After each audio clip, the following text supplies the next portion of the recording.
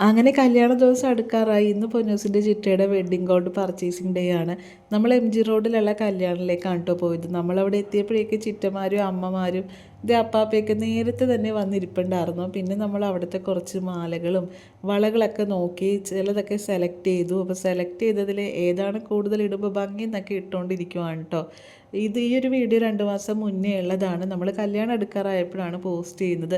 ഇതാണ് കല്യാണ പെണ്ണിൻ്റെ അനിയത്തി. ക്യാമറയും കൊണ്ട് വന്നപ്പോഴേക്കും അവൾ ഓടിയിട്ടോ.